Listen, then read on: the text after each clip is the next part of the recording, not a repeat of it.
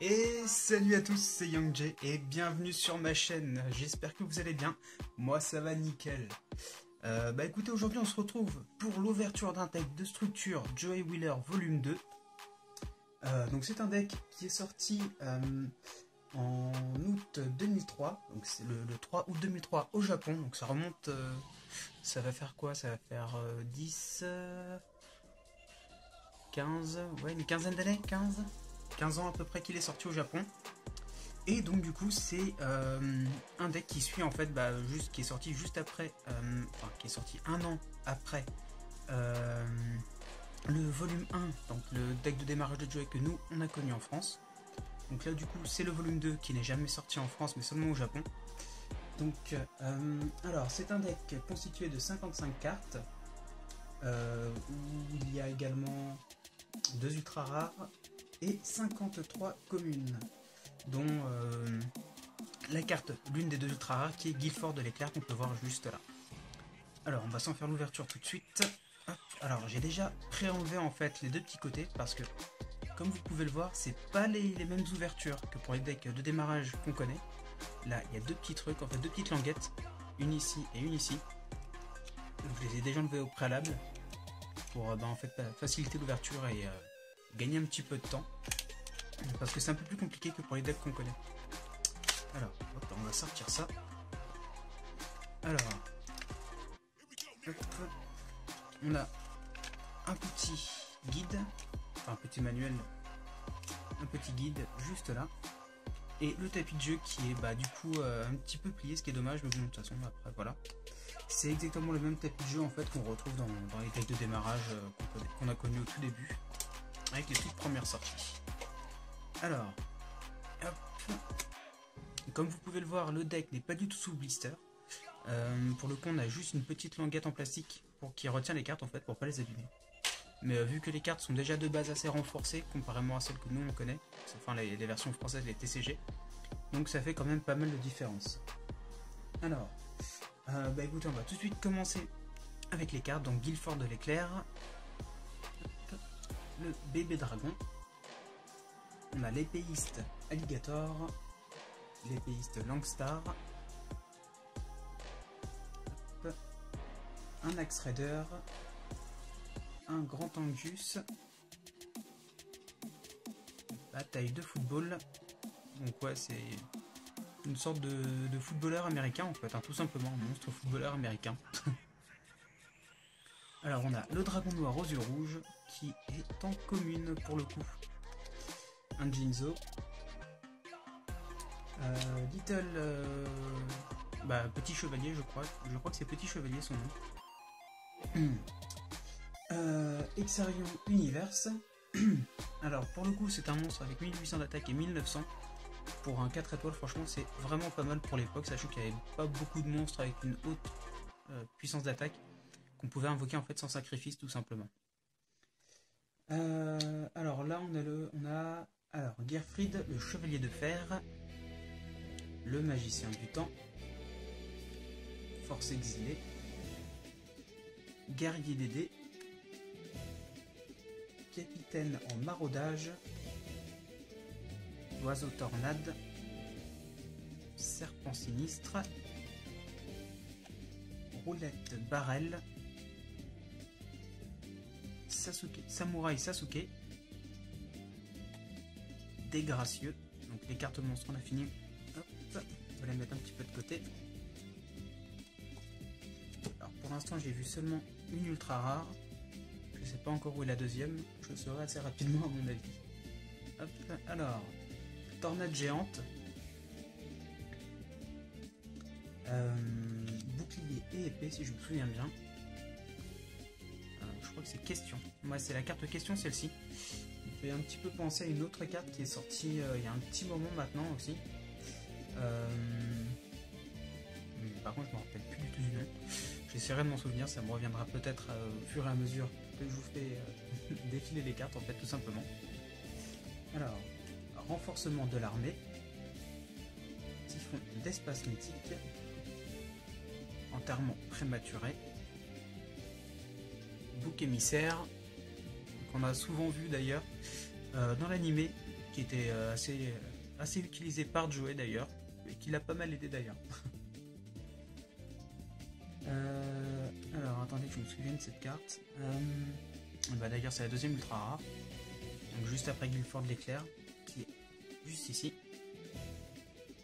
Avec un très très beau design, très belle brillance. Et je crois que cette carte, si je me souviens bien, c'est enterrement stupide. Alors, on a des deux crânes, soldat de sauvegarde, transporteur de matière interdimensionnelle, Fairy Box, bouclier de bras magique, une offre ultime. L'illustration est plutôt sympa pour le coup. C'est bon, ça reste un rituel basique, mais ouais non, l'illustration est plutôt sympa. Alors, Kunai Shen, enfin dans l'anime c'est Kunai Shen.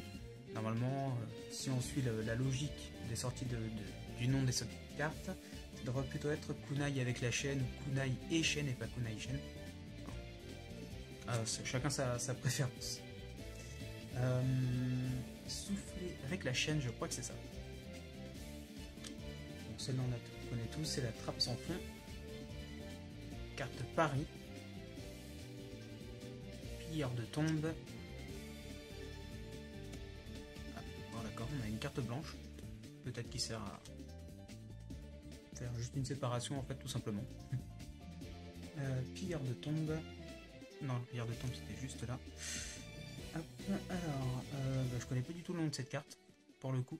L'espèce de singe robotique. Je connais pas.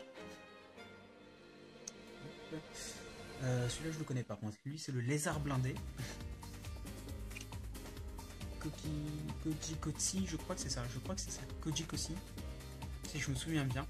On avait déjà dans le deck, le premier deck de démarrage de Joey. ODD. Mur d'illusion. Diane Keto, maître de la guérison. Poupée d'appât. Seconde pièce de montre. Elle est un peu spéciale hein, quand même hein, cette carte. Je sais pas ce que vous en pensez, mais pour le coup, je la trouve un petit peu particulière. Enfin, pas au niveau d'effet vu que je ne connais pas vraiment, mais surtout au niveau de l'illustration en fait, c'est plutôt une sorte de grand Manitou si on veut, enfin d'un bridge qui fait tomber, qui lâche quelques pièces en fait. Et je crois qu'en fait la personne qui les ramasse c'est aussi une personne de bonne famille peut-être, une personne assez imposante en tout cas.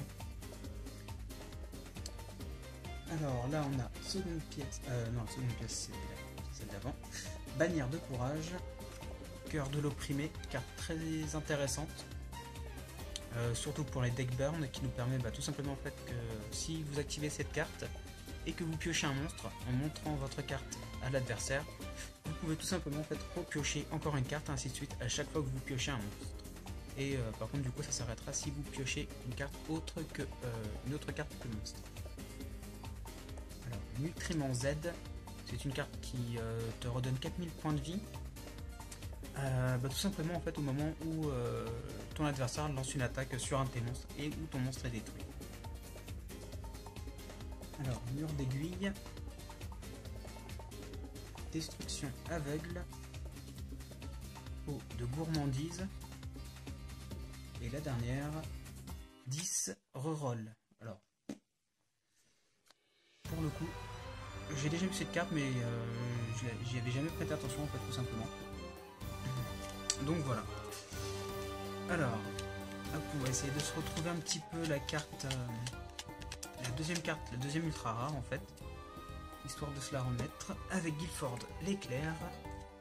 Je vous montre un petit peu quand même la différence au niveau de la brillance et de la. Ah, voilà, elle est juste là. Ah, ça comme ça. Hop.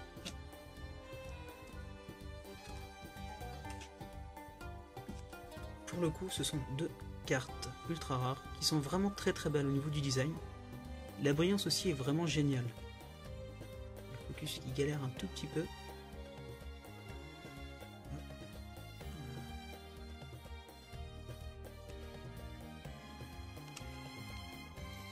Alors, eh bien, j'espère que cette vidéo vous aura plu. N'hésitez pas à partager, à vous abonner à la chaîne et à lâcher un petit pouce bleu, ça fait toujours plaisir. Normalement, la semaine prochaine, je devrais peut-être vous ouvrir le deck volume 2 de Yugi, tout simplement, qui est juste là. Donc, je me suis procuré ça sur eBay. J'en ai eu pour à peu près entre 50 et 80 euros, je crois, si je dis pas de bêtises. Donc, je vous ouvrirai ça, à mon avis, la semaine prochaine ou peut-être avant la fin de la semaine. Et voilà. Allez, salut!